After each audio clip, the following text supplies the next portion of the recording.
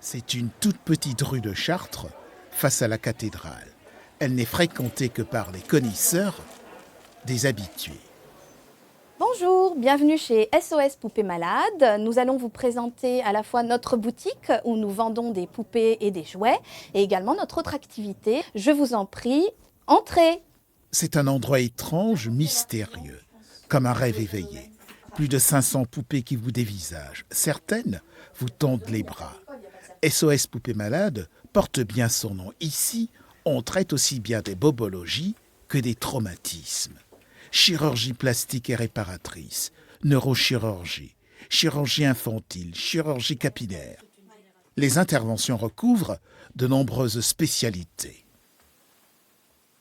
Quand on ne peut pas réparer, on essaye de retrouver la tête de la même époque, de la même marque, de la même couleur de celluloïd. Pour nous, impossible de mettre une tête qui ne correspond pas à l'époque du corps.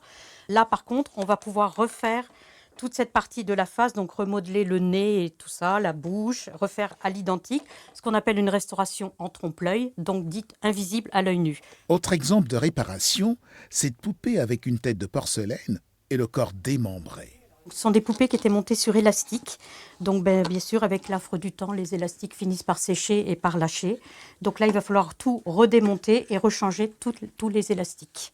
Bonjour messieurs, dames. Ah, je vois la petite ordonnance. Vous venez chercher l'ours qui est maintenant guéri. Ici, à sa patte.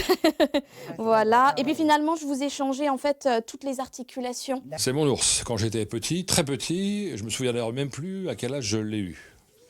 Comme je vais avoir 63 ans, on peut supposer qu'il en a 61 ou 62.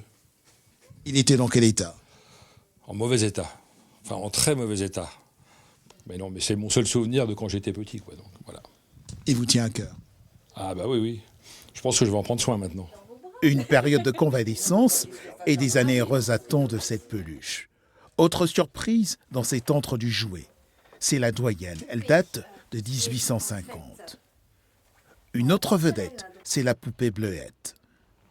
Alors Bleuette a existé de 1905 à 1960 et c'était une poupée prime, c'est-à-dire une poupée liée à un magazine qui s'appelait La Semaine de Suzette. Et c'est un monsieur Langros, qui a édité ce magazine au moment du schisme entre l'Église et l'État. Donc la revue donnait des conseils aux petites filles et présentait des histoires en fait à épisodes et également des patrons pour habiller cette petite poupée, donc Bleuette. Comme ça, cela permettait aux petites filles d'apprendre la couture en s'amusant. SOS Poupées Malades est une clinique pour poupées et peluches, mais aussi une boutique musée pleine de souvenirs, de rêves et d'histoires.